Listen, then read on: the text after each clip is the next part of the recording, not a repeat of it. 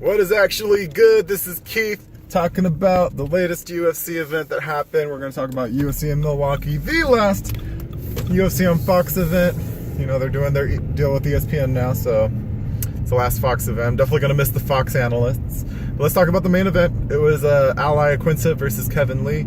And I felt like this dynamic was very interesting because 4 years ago, Kevin Lee and Al Iaquinta fought and Al Iaquinta won. Al Iaquinta was on a tear and then he had kind of like a little bit of a decline as far as like wins are concerned. He began to accumulate some losses afterwards. And then Kevin Lee, he was on a tear. Like he took that fight, learned from it, and really like started improving his game. And you know, going into this fight, Kevin Lee was ranked number 4 in the world. Al Iaquinta was ranked number 8. Al Iaquinta, you know, he fought Khabib Nurmagomedov in 1 day's notice. I don't know any sane individual that would allow themselves to go into an octagon on 1 day's notice against perhaps one of the best lightweights we've ever seen. He's, you know, Khabib Nurmagomedov. He's a beast, absolute beast. And so, much respect to Al Iaquinta for taking that fight. But, you know, coming into this fight, I definitely thought that Kevin Lee was going to show his improvement, you know?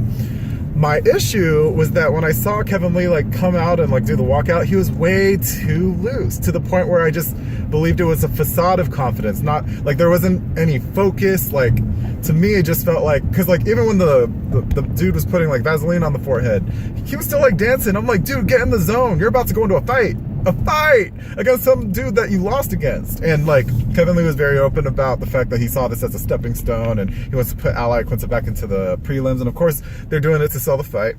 But for me to actually see Kevin Lee kind of perform these antics coming up into the fight, it's like he didn't take this fight seriously at all. At least that's what it looked like to me. Now of course once you're in the fight game, you get focused, you're inside the octagon, you're competitive. And you know, I think Kevin Lee looked good. I think Kevin Lee was definitely the bigger guy. He got a few wrestling, he definitely had the wrestling advantage. Al Iaquinta has excellent defense though, which is why he was able to survive those attempts. Something that I noticed Kevin Lee doing a lot is he does the body lock, where he puts the leg across the body and hooks it with his other leg.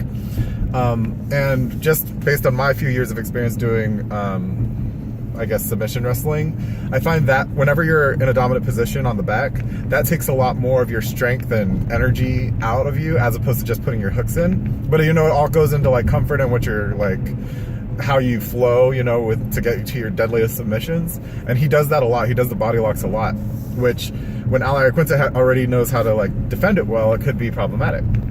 And so, I don't know, there's just a few things, you know, like another topic that it comes up to is that, you know, you can improve so much, but there could just be those matchups or those people in the world where you, like, it takes a lot to beat them.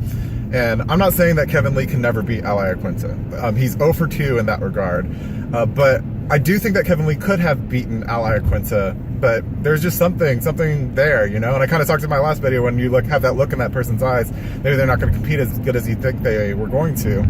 And when Kevin Lee was like dancing and stuff up to the octagon, I'm like, you can feel it, but like, man, come on, get focused, get pumped. So that's kind of what I think about what had happened there. It was a very interesting fight. I don't know what's next for Al Iaquinta coming off this win. I think, you know, Edson Barboza was on the same card. They probably have the same time frame to heal. And so to me, it would make sense to put Al Iaquinta versus Edson Barboza. That would be a very interesting matchup. Kevin Lee, I think, could still bounce back relatively quickly. It just might be one of those situations where Al Iaquinta is just a bad matchup for him. And what goes to show, what I saw from that fight is Al Iaquinta is really, really good with his cardio. You know, like he won't be like taken down and like nobody will outwork him. So if you can't outwork the guy, you have to like outmuscle him, you have to outstrike him. And Kevin Lee just got like a little tired in that regard.